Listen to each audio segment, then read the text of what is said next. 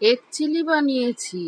প্রথমে ডিমগুলোকে ভেঙে ভালো করে অমলেট করে নিয়েছি, অমলেট করে ভেজে নিয়েছি, তারপরে সুন্দর করে পিস পিস করে নিয়েছি।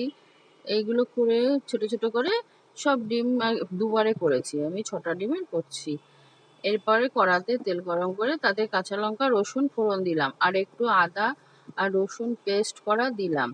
দিয়ে ভালো করে এগুলোকে নেড়ে তারপরে ক্যাপসিকাম, পেঁয়াজ, হ্যাঁ এগুলো টমেটো ছোট ছোট করে যেরকম চিলি চিকেনে দেয় সেরকমই এরকম টুকরো করে রেখেছি, এতে দিয়ে একটু ভালো করে নেড়ে নিচ্ছি। নাড়া হয়ে যাওয়ার পরে একটু টমেটো সস দিলাম, তারপরে একটু সয়া সস দিলাম, আর হচ্ছে তোমার অ্যারারুট গুলো রেখেছিলাম, অ্যারারুট দিয়ে ভালো করে নেড়ে এবার একটু জল দিয়ে দেবো।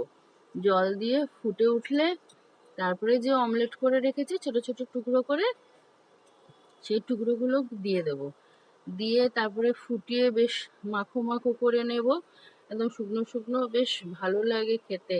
এইটা এগ চিলি এইভাবে করে দেখবে, অমলেট করে বেশ মানে এত সুন্দর লাগে। এতে রুটি পরোটা ভাত সব কিছু দিয়েই খাওয়া যায়, কিন্তু পরোটা রুটি দিয়ে বেশি ভালো লাগে খেতে। এইভাবে করে খেয়ে আমাকে জানিও কেমন হলো। হ্যাঁ।